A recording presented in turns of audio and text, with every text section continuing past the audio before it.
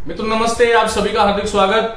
हम लोग बीएसटीसी जो कल परीक्षा हुई उसमें हिंदी का प्रश्न पत्र हम देख चुके हैं। आइए हम बात करते हैं भाषा योग्यता में जो संस्कृत व्याकरण से संबंधित जो प्रश्न पूछे गए थे उसके बारे में। इससे पहले आप लोगों के लिए एक सूचना है कि जो मेरा चैनल है उसमें आप टेलीग्राम ग्रुप ज्वाइन कर ले। मैं पूरा संपूर्ण प्रश्न पत्र चाहे संस्कृत, हिंदी, अंग्रेजी और मानसिक योग्यता और जो जीके और शिक्षण अभिरुचि जो ये 5-6 जो पार्ट थे उस सबकी पीडीएफ जो है मैं आपको आज शाम तक वहां पर प्रामाणिक रूप से उपलब्ध करा दूंगा। आप लोग अपना परीक्षण कर सकते हैं। खैर चलिए, हम संस्कृत व्याकरण की बात कर रहे हैं और पहला प्रश्न था अयादि संधि का उदाहरण। देखिए स्मृति पर आधारित प्रश्न पत्र है तो इसमें विकल्प इधर उधर हो सकते हैं, प्रश्न की भाषा इधर उधर हो सकती है, तथ्य कभी भी इधर उधर नहीं होंगे। पहला प्रश्न था अयादि संधि का उदाहरण है। इन चारों में से कौन सा जो है वो अयादि संधि का उदाहरण है? पहला शब्द जो है वह स्वल्प है। स्वल्प जो शब्द है उसका संधि विच्छेद होता है सु और अल्प। देखिए सु और अल्प इसका संधि विच्छेद होता है। स में जो उ है उसका व बन जाएगा। संस्कृत व्याकरण एकम सूत्रम वर्तते इको यणचि इक स्थाने यण स्यात् अचि संहितायाम विषय, अर्थात इक के स्थान पर यण होता है संधि के विषय में, इक में उ आता है, उ का व हो जाएगा। तो स्वल्प शब्द जो है वह यण संधि का उदाहरण है, अयादि का नहीं है। दूसरी बात, इस प्रश्न पत्र को आप अंत तक देखिएगा। मैं इसका केवल उत्तर ही नहीं बाकी जो अन्य विकल्प है उसकी सहायता से आपको बहुत कुछ बताने वाला हूं। देखिए मध्वरी शब्द भगवान कृष्ण का जो है विशेषण है। मधु नामक एक राक्षस है और अरि कहते हैं शत्रु को। मधु नामक राक्षस के जो अरि है वह मध्वरी है। खैर ये तो शब्द की बात थी, लेकिन मध्वरी शब्द में भी यण संधि है, यहां पर भी इको यण से सूत्र लगेगा। ये जो कक्षा जो हो रही है वो आगे आने वाली जो भर्ती परीक्षाएं, शिक्षक भर्ती परीक्षाएं, चाहे वो रीट हो, second grade, first grade, Sanskrit विषय को आधार बनाकर उन सभी बच्चों के लिए बेहद उपयोगी है। आप लोगों को सीखना, जानना और समझना चाहिए। तो मध्वरी में भी नहीं है। मित्रों यहां पर देखो आपको ये दिखाई दे रहा होगा श्रुत्वैव। तो श्रुत्वैव जो शब्द है उसका संधि विच्छेद होगा श्रुत्वा धन एव। यह शब्द श्रुत्वैव जो शब्द है ये वृद्धि संधि का उदाहरण है। वृद्धि संधि का सूत्र है संस्कृत में वृद्धिरेचि और वृद्धिरादेश। दो सूत्र है, एक संज्ञा करता है, एक सूत्र का जो है एक विधान करता है। इसके बारे में मैं संस्कृत का जब संधि प्रकरण पढ़ूंगा आपको विस्तार से समझाऊंगा, लेकिन इतना जान लीजिएगा स्वल्प शब्द जो है उसमें यण संधि है, मध्वरी में यण संधि है, श्रुत्वैव वृद्धि संधि का उदाहरण है। ये अयादि संधि पूछी गई थी। नायकः जो शब्द है, नायकः शब्द का संधि विच्छेद होता है नई धन अकः।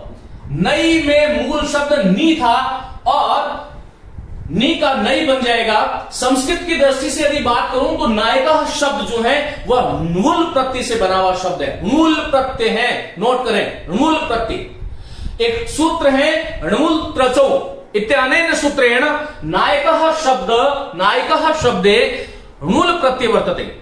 नयति नायकः या सन्मार्गम प्रति नयति यह सह नायक, जो हमें सन्मार्ग की तरफ लेकर के जाता है वह नायक है। खैर वो अलग विषय है, लेकिन नायक शब्द में अयादि संधि है नई और अक। इसका सूत्र है अयादि संधि का एचो अयवायावह। एचो अयवायावह, ये हम विस्तार से आगे बात करेंगे। मित्रों बहुत अच्छा प्रश्न पूछा गया और जिन विद्यार्थियों के हिंदी और संस्कृत दोनों जो विषय है उन विद्यार्थियों के सामने सबसे बड़ी समस्या उत्पन्न करने वाला प्रश्न है। छोटा सा आपसे पूछा गया था संधि शब्द में कौन सा लिंग है। देखिए हिंदी की दृष्टि से जब हम संधि शब्द की बात करते हैं तो संधि हो गई, संधि कर दीजिए, संधि पढ़ा दी गई। हिंदी में संधि शब्द को स्त्रीलिंग माना जाता है, संस्कृत में संधि शब्द पुल्लिंग है। हां आप बिल्कुल ठीक सुन रहे होंगे, संधि शब्द स्त्रीलिंग नहीं है, संस्कृत में संधि शब्द पुल्लिंग है। संधि शब्द पुल्लिंग है, ये ध्यान रखिएगा, ये बहुत बार पूछा गया प्रश्न है। देखिए एक सूत्र है उपसर्गे घो की। संधि शब्द में सम उपसर्ग है, सम उपसर्ग है, धा मूल धातु है और की प्रत्यय है। संधि शब्द संस्कृत में ऐसे बनता है, सम उपसर्ग है, धा धातु है और की प्रत्यय है। उपसर्ग युक्त शब्दों के साथ में की प्रत्यय का प्रयोग होता है और की प्रत्यांत जितने भी शब्द होते हैं पुल्लिंग होते हैं। मेरे मित्रों देखो, संधि है, संधि पुल्लिंग है, संधि है, आधि है, व्याधि है, व्याधि है, समाधि है, इन सब के विसर्ग लगा दीजिएगा। आधि, व्याधि, विधि, ये सारे के सारे शब्द हिंदी भाषा में स्त्रीलिंग है, लेकिन संस्कृत में जो है ये सारे के सारे शब्द पुल्लिंग है, ये ध्यान रखिएगा। एक प्रश्न से आपको इतने शब्द मैंने आपको दे दिए, संधि, आधि, व्याधि, समाधि, विधि, उपाधि, ये सारे के सारे जो शब्द हैं वह सारे के सारे शब्द पुल्लिंग में होते हैं संस्कृत में। और इन सभी शब्दों के साथ में मैंने आपको बता दिया कि प्रत्यय, संस्कृत में की एक प्रत्यय है, ये ध्यान रखिएगा। ये क का की वाला की नहीं है। आगे चलते हैं, आगे वाला प्रश्न देखिए। आगे प्रश्न आया कि उपेंद्र शब्द का संधिविच्छेद कौन सा है, तो विकल्प देखना है आपको। उपेंद्र शब्द जो है वो गुण संधि का उदाहरण है। उप उपसर्ग है, इंद्र मूल शब्द है। उप और इंद्र के मध्य गुण संधि हो जाती है। अदेंग गुण और आद गुण संधि प्रकरणे सूत्र द्वयम वर्तते गुण संदेह। और अनेन सूत्रेण उप में आया हुआ अ और इंद्र का ई मिलकर के ए बन जाएगा और शब्द बनेगा उपेंद्र। तो ये उप और इंद्र ऐसा इसका होगा। आगे चलते हैं मित्रों, प्रश्न आया था ई का उच्चारण स्थल कौन सा है। मैं इस चैनल पर उच्चारण स्थल पढ़ा चुका हूं। उच्चारण स्थल से संबंधित चाहे रीट परीक्षा हो या छोटी परीक्षाएं या बड़ी परीक्षाएं, हर परीक्षा में प्रश्न होते हैं। कुछ 10 सूत्र हैं, उन 10 सूत्रों को आपको रटना है। अकुह विसर्जनीयानाम कंठ, अर्थात अ और कु अर्थात क वर्ग, क ख ग घ अंग, विसर्ग और ह का उच्चारण स्थान कंठ है। दूसरा सूत्र है इचूय शानाम तालु, ई चू अर्थात च वर्ग, च छ ज ज य और य और श का उच्चारण स्थान तालु है। लंबा विषय हो जाएगा, वहां आप देख सकते हो। इसका सही उच्चारण जो है उच्चारण स्थल तालु होगा। आगे बढ़ता हूं, ये शब्द रूप से प्रश्न आया था और शब्द रूप सबसे बड़ा विद्यार्थियों के पास मैंने देखा है कि संस्कृत भाषायाः यदा प्रसंग आयाति, जब संस्कृत भाषा का प्रसंग आता है तदा सर्वाधिक जो महत्वपूर्ण समस्या जो विद्यार्थियों के मन मस्तिष्क में जो उपस्थित होती है वह यह होती है कि साहब शब्द रूप बहुत कठिन है। मैं आपको ये बता दूं कि शब्द रूप से सरल और कुछ भी नहीं है। मैंने एक व्याख्यान इसमें शब्द रूप कैसे बनाते हैं, आप इसको यदि 1 घंटे का व्याख्यान है वो उसको आप सुन लें, आप जीवन में कभी कोई भी शब्द रूप देखते ही बना सकते हो। सुनना आपको पड़ेगा, पढ़ना आपको पड़ेगा, निर्देशन हम कर सकते हैं आपका।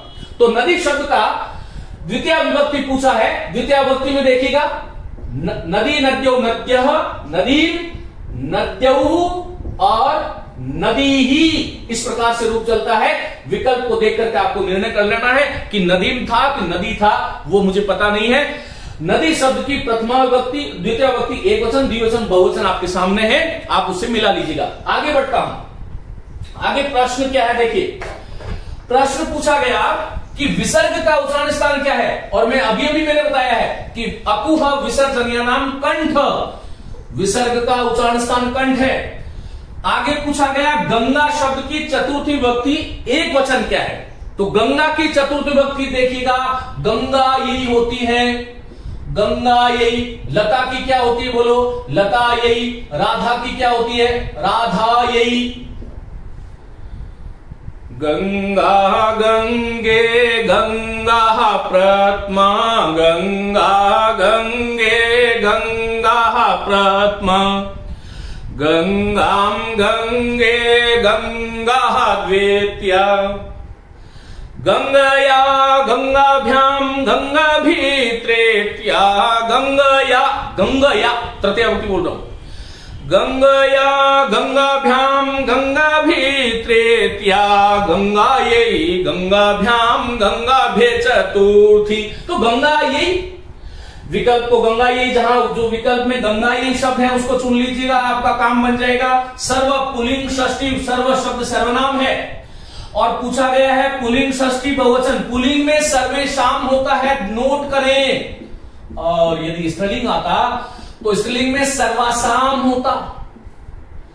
सर्व शब्द के रूप चलते हैं तीनों लिंगों में। पुल्लिंग में चलता है सर्व, सर्वौ, सर्वे। स्त्रीलिंग में लता की भांति सर्वा, सर्वे, सर्वाहा।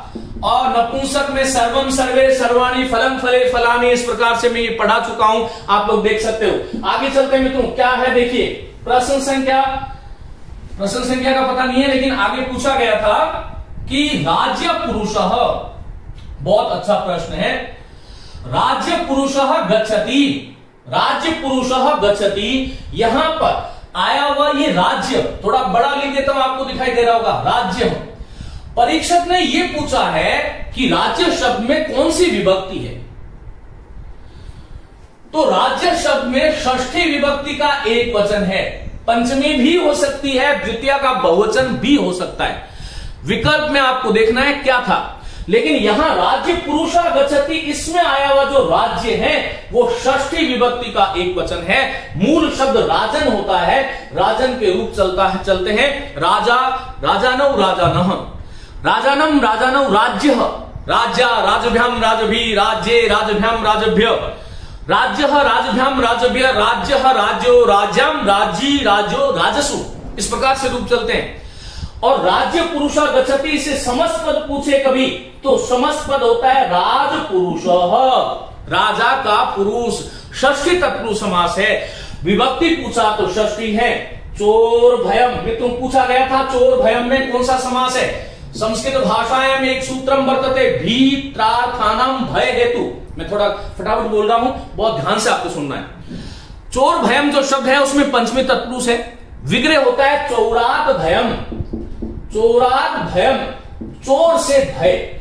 सूत्र है भीत्रार्थानाम भय हेतु। भी डरने अर्थ वाली, त्रा रक्षा अर्थ वाली धातु में जिससे डरा जाए, जिससे रक्षा की जाए, वहां पर पंचमी विभक्ति का प्रयोग होता है। जैसे मैं कहता हूं सिंगात बिभेति, संसारात बिभेति, मातुहु बिभेति, पितुहु बिभेति। जिससे भी डरते हो पंचमी लगा दो। चोर से डर रहे हो चोरात भय, अपादान है, ध्रुवम अपाये अपादानम, पंचमी विभक्ति का सूत्र है। जब कोई चीज हम अलग होते हैं, क्योंकि भय लगने वाली चीज से हमेशा हम दूर होते हैं, अलग होते हैं, तो याद रखो चोर भयम में चोरात भयम पंचमी तत्पुरुष समास है। बहुत अच्छा प्रश्न पूछा गया था। प्र उपसर्ग है, नम धातु है, घय प्रत्यय जोड़ोगे तो कौन सा क्या शब्द बनेगा। देखो ये शब्द पहले बता देता हूं, ये शब्द बनेगा प्रणाम, प्रणाम। न का न हो जाएगा और घय प्रत्यय जुड़ता है, ध्यान नोट कीजिएगा। घय प्रत्यय जुड़ने वाले सारे के सारे शब्द पुल्लिंग होते हैं मित्रों।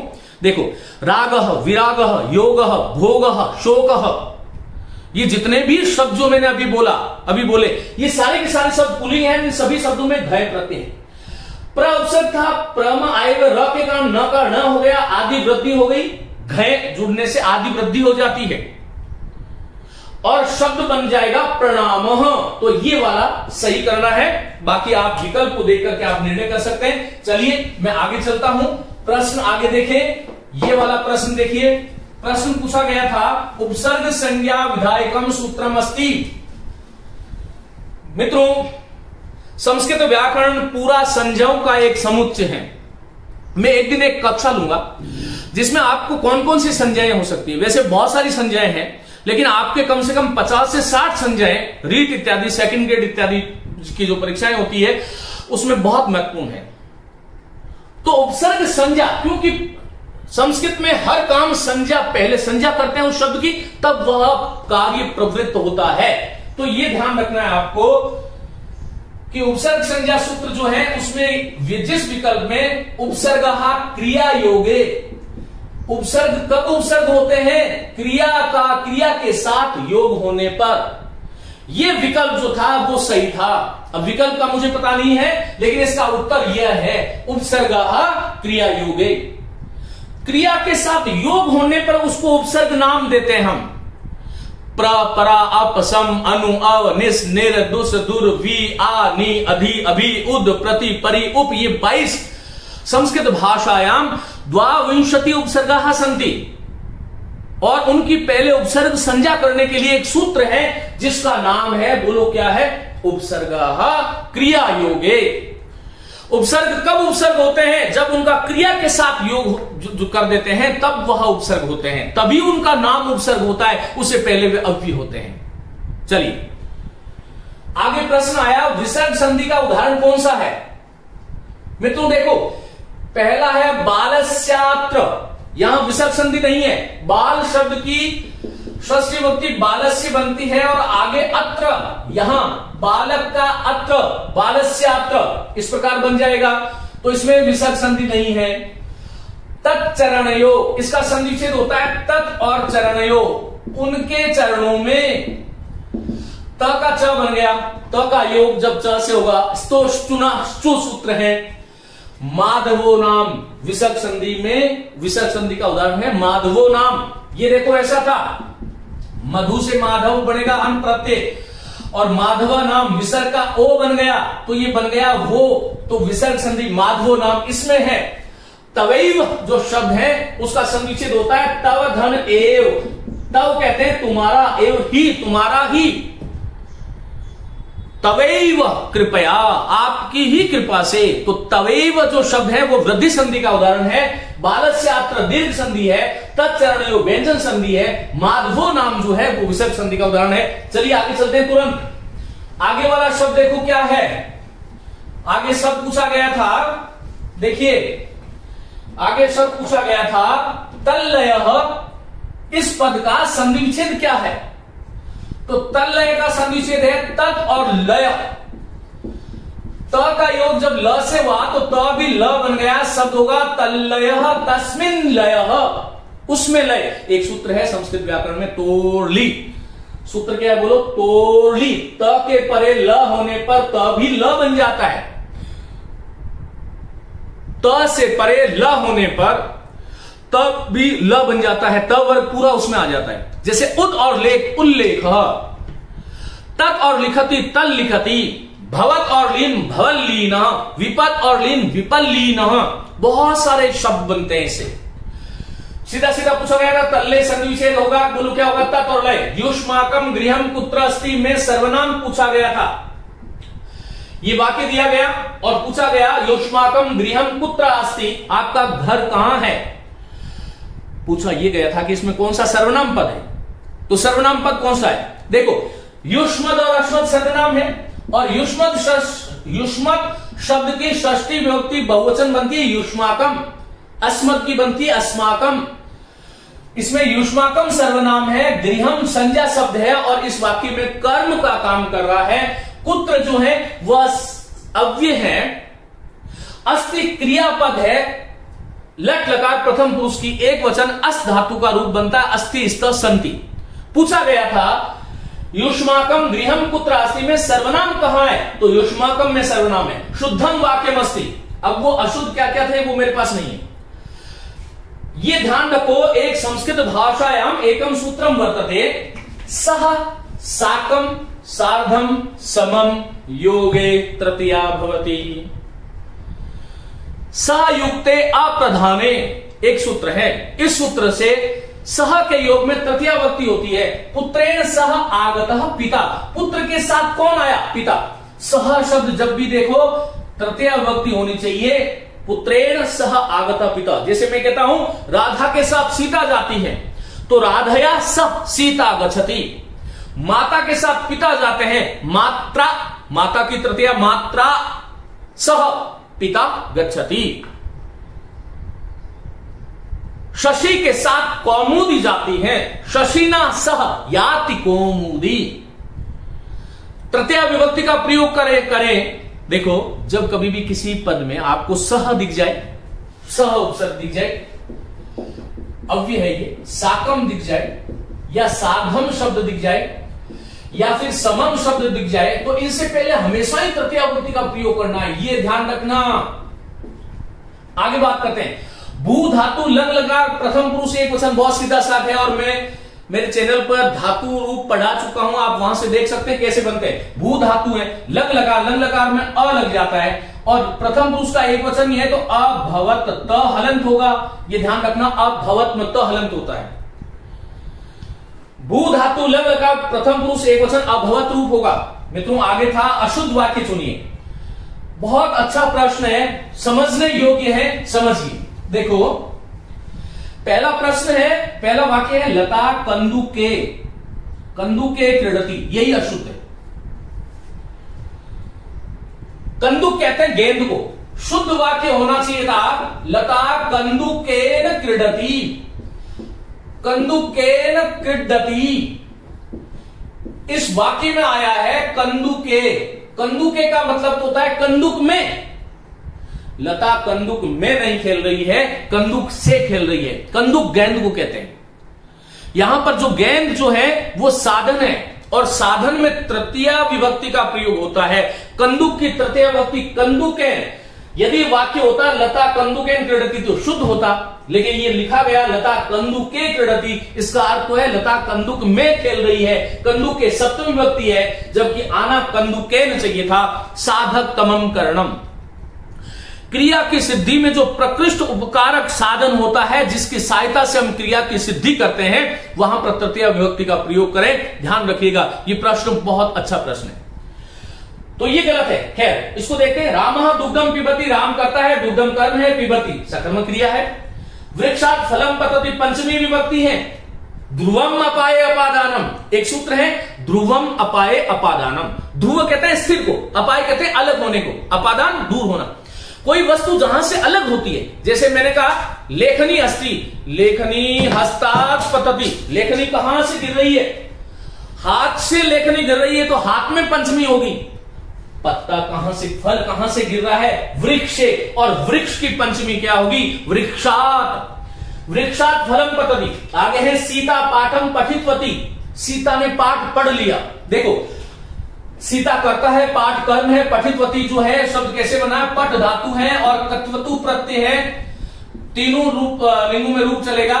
पुल्लिंग में बनता है पठितवान, स्त्रीलिंग में बनता है पठितवती, और नपुंसक में बनता है पठितवत। ये ध्यान रखिएगा। इसी प्रकार हसितवान हसितवती हसितवती, गतवान गतवती गतवती गतवत, लिखितवान लिखितवती लिखितवत, याचितवान याचितवती याचितवत। तो ये तीनों लिंगों में रूप चलेगा। कत्वतु प्रत्यय भूतकाल के अर्थ में आता है। सूत्र है कता निष्ठा, निष्ठा अर्थ वाला प्रत्यय है। और सीता पाठम पठितवती बिल्कुल शुद्ध वाक्य है। इस प्रश्न का सही उत्तर था लता कंदुके क्रीडति, अशुद्ध है। आगे चलते हैं। आगे उधर देखो ऊपर आचार्य शब्द का पूछा गया था। क्या पूछा है, देखो पूछा ये गया है कि आचार्य शब्द में, आचार्य शब्द का षष्ठी विभक्ति द्विवचन क्या है। इससे सरल और प्रश्न कुछ नहीं हो सकता, ये ध्यान रखना। ये बिल्कुल यूकेजी टाइप प्रश्न है, हालांकि यूकेजी में संस्कृत नहीं होती। राम शब्द की तरह आचार्य के रूप चलते हैं। षष्ठी का द्विवचन पूछा है तो आचार्य से होता है जो है षष्ठी का एक वचन, और आचार्यो हो, जैसे रामयो हो वैसे आचार्यो हो। षष्ठी विभक्ति द्विवचन आचार्यो, ये वाला विकल्प चुनना है आप लोगों को। अब चुन लिया है जिन लोगों ने, आगे के लिए बता रहा हूं। प्रश्न आया था कर्तव्यम पठितव्यम लेखितव्यम, ये शब्द दिए गए थे, और इन शब्दों में कौन सा प्रत्यय है। तो पहले सीधा सीधा बता देता हूं। एक प्रत्यय है संस्कृत में तव्यत। संस्कृत का एक सूत्र है तव्यत तव्य अनियर। ये तीन प्रत्यय जो है वो चाहिए अर्थ में लगते हैं। कौन कौन से, एक तो तव्यत, एक तव्य और एक अनियर। ये तीन प्रत्यय संस्कृत में चाहिए अर्थ में लगते हैं या योग्य अर्थ में लगते हैं। तव्य की कुछ विशेष शर्तें होती है, वो अभी नहीं बताने वाला। इन शब्दों में कर्तव्यम पठितव्यम लेखितव्यम, देखो क्री धातु से तव्य जोड़ोगे तो कर्तव्यम अर्थ होता है करना चाहिए या करना योग्य। पठितव्यम में पठ धातु के साथ में तब तव्यत प्रत्यय जोड़ोगे पठितव्यम बनेगा, और लिख धातु के साथ में जब तव्यत जोड़ोगे तब बनेगा लेखितव्यम। ली का ई जो है उसका ए बन जाएगा गुण, तो लिखितव्यम शब्द गलत होता है, शुद्ध शब्द होता है लेखितव्यम। आगे पूछा गया था, एक वाक्य दिया गया था जो मुझे मिला है कि उसमें कौन सा शुद्ध वाक्य है। मित्रों वाक्य होता है विप्राय गाम ददाती, देने अर्थ में चतुर्थी विभक्ति का प्रयोग होता है। संप्रदाने चतुर्थी, कर्मणा यम विप्रेति स संप्रदानम, सूत्र है चतुर्थी विभक्ति का। संप्रदान कहते हैं चतुर्थी विभक्ति को। कर्मणा यम विप्रेति स संप्रदानम, कर्ता अपने कर्म के द्वारा जिसे संतुष्ट करना चाहता है, जिसे प्रसन्न करना चाहता है, उसमें चतुर्थी विभक्ति का प्रयोग होता है।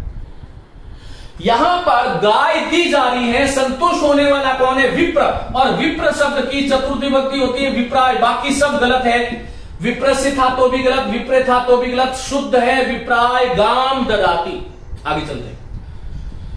पूछा गया था रात्रि का विपर्याय क्या है? विपर्याय विलोम शब्द पूछा गया था। रात्रि हम जानते हैं किसको कहते हैं, अब इसका विलोम शब्द क्या होगा? देखो रात्रि निशा, रात्रि और निशा ये तो पर्यायवाची है, रात्रि और रात ये भी पर्यायवाची है। रात्रि और अहन, सही अहन कहते हैं दिवस को, दिन को। एक शब्द बनता है रात्रिन दिवम, अहन कहते हैं दिवस को, तो विलोम शब्द है अहन। शर्वरी भी रात्रि को कहते हैं, ये ध्यान रखना। शर्व शब्द है, शर्वरी रात्रि को कहते हैं। रात्रि का विपर्याय अहन होगा। भुक्तमान पद में कौन सा प्रत्यय अभी बताया था मैंने? तवतु प्रत्यय है। देखो भुज धातु है, भुज धातु में जब तु प्रत्यय जुड़ता है तो ये ज जो देख रहे हो इसका क बन जाएगा, और त्वतु का पुल्लिंग में तवान हो जाता है, तवतु का तवत शेष रहता है, तवत का तवान हो जाता है। स्त्रीलिंग में ये पद बन जाता है भुक्तवती, और नपुंसक में बन जाता है भुक्तवत। फिर इसके रूप चलते हैं आगे, वो आगे की बातें हैं। लेकिन भुक्तवान पद में, ये रीट में भी पूछा गया पद है, तवतु प्रत्यय हमेशा पूछा जाता है। एक तो तवतु और एक त प्रत्यय, जिसको आप कत कहते हो। देखो ये पूछा गया आ पद और कत, इससे बनने वाला शब्द क्या है? आपन्न। कैसे बना? आइए देखो, आ शब्द था, पद धातु था और कत प्रत्यय है, भूतकाल के अर्थ में कत का त चला जाता है। अब यहां पर एक सूत्र आता है, शायद बहुत सारे लोग नहीं समझ पाएंगे, क्योंकि देखो कुछ विद्यार्थी ऐसे होते हैं जो 10th 12th के बाद में जिनके पास संस्कृत होती नहीं है और शिक्षक भर्ती परीक्षाओं में फिर रीट इत्यादि में वो संस्कृत चुन लेते हैं। उनको चुनना चाहिए, क्योंकि एक तो वो खाली बिल्कुल रिक्त स्थान होते हैं। एक विद्यार्थी ने मुझसे पूछा था 2 दिन पहले कि मैंने नई संस्कृत ली है, मैं कैसे पढ़ूं? तो विद्यार्थियों, सबसे पहले आपको ये मन में से भय निकालना पड़ेगा। संस्कृत जैसा सरल विषय इस संसार में और कहीं है ही नहीं। पूर्वम तावत, पहले से ही हमारे मस्तिष्क में क्या है? संस्कृत सिंह, संस्कृत शेर है, अस्मान खादिशति, मुझे खा जाएगा। मैं आपको बताऊं, संस्कृत आपके खून में है, संस्कृत हमारे रक्त में है, संस्कृत भारतीयों की भाषा है, ये हमारी परंपराओं की भाषा है। अस्माकम पूर्वजः, ये आसन जो हमारे पूर्वज थे, ये वह पूर्वज परस्परम संस्कृत भाषाया वार्तालापम कुर्वन्ति स्म, वह संस्कृत भाषा के माध्यम से वार्तालाप करते थे।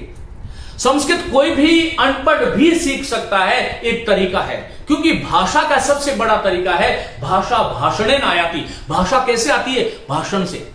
जितना पढ़ोगे, जितना सीखोगे आगे, उतना ही भाषा की तरफ आपको सिद्धहस्तता प्राप्त होगी। तो ये ध्यान रखिएगा, भाषा हमेशा भाषण से ही आती है। तो विद्यार्थियों, मैं आपको बार बार कहता हूं, यदि आप संस्कृत में सफल होना चाहते हो तो आपके मन से ये भय निकालना पड़ेगा कि संस्कृत कठिन है। मेरे पास तो 10th में नहीं थी, मेरे पास 12th में नहीं थी, कोई फर्क नहीं पड़ता।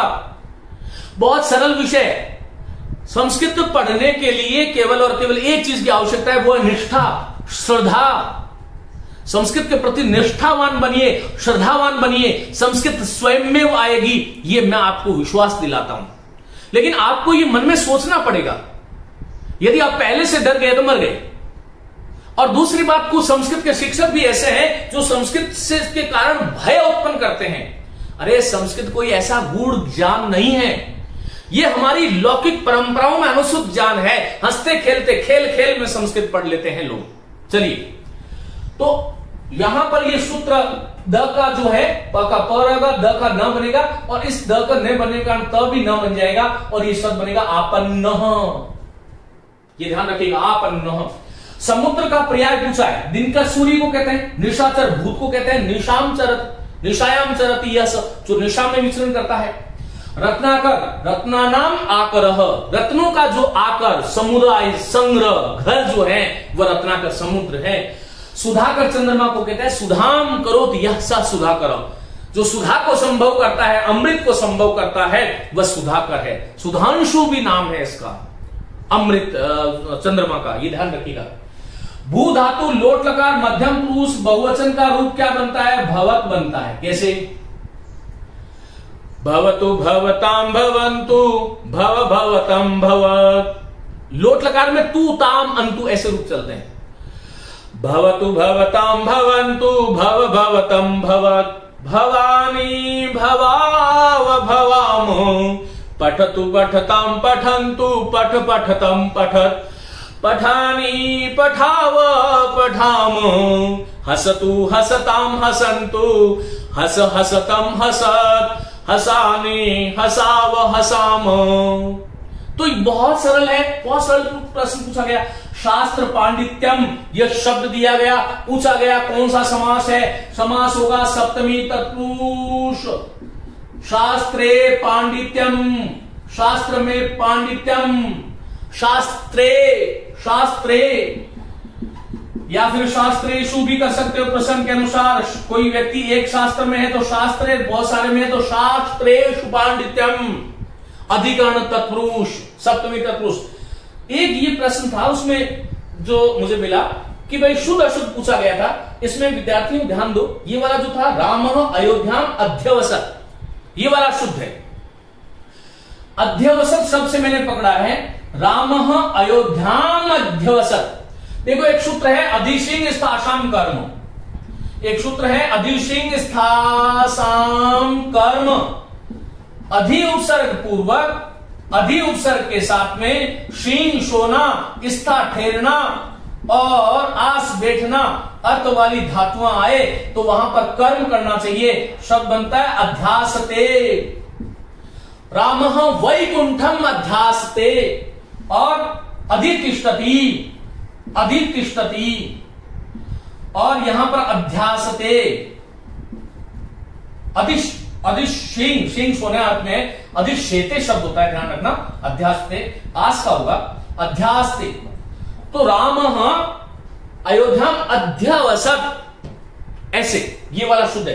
तत् और लिखती से बनने वाला जो शब्द होगा तत् वह लिखती, वह लिखती। तत् और लिखती, त का ल हो जाएगा और यहां पर फिर से तोड़ली संधि का जो उदाहरण होगा तल लिखती, ऐसा रूप बनना चाहिए तत् और लिखती। तो ये थे संस्कृत के प्रश्न। उम्मीद करता हूं आप लोगों को ये निश्चित रूप से आगे आने वाली जो परीक्षा है उसमें जो है कुछ निश्चित रूप से फायदा देगी। और जिन बच्चों ने कर लिया उसको मेरी शुभकामनाएं, वो अपने आप को चेक कर लें, परीक्षण कर लें अपने आप का स्वयं का कि हमने कितने प्रश्न सही किए हैं, कितने प्रश्न गलत किए हैं। विद्यार्थियों, मैंने आपको पहले आरंभ में कहा है कि ये पूरा का पूरा जो बीएसटीसी का जो प्रश्न पत्र है वो सारा मैं पीडीएफ के रूप में आपको उपलब्ध कराने वाला हूं। उम्मीद है कि मैं शाम तक जो है, क्योंकि उसको लिखना भी पड़ेगा और लिख करके मैं टेलीग्राम ग्रुप में आपको देने वाला हूं और वहां जाकर के उसको देख सकते हैं, अपनी जांच कर सकते हैं, तैयारी कर सकते हैं। और जो लोग तैयारी कर रहे हैं वो अपने आप को और मजबूती के साथ देख सकते हैं, आकलन कर सकते हैं कि मैं अभी कहां हूं। ये ध्यान रखिएगा, करत करत अभ्यास के जड मति होत सुजान। जब हम अभ्यास करते हैं तो इस संसार का कोई भी जड़ मति वाला मूर्ख व्यक्ति भी सुजान हो जाता है, ज्ञानी हो जाता है, चेतन हो जाता है, जागृत हो जाता है। और जागृत और जागरूक व्यक्ति इस संसार में हमेशा ही सफल होते मैंने देखे हैं। नमस्ते, शुभकामनाएं, धन्यवाद।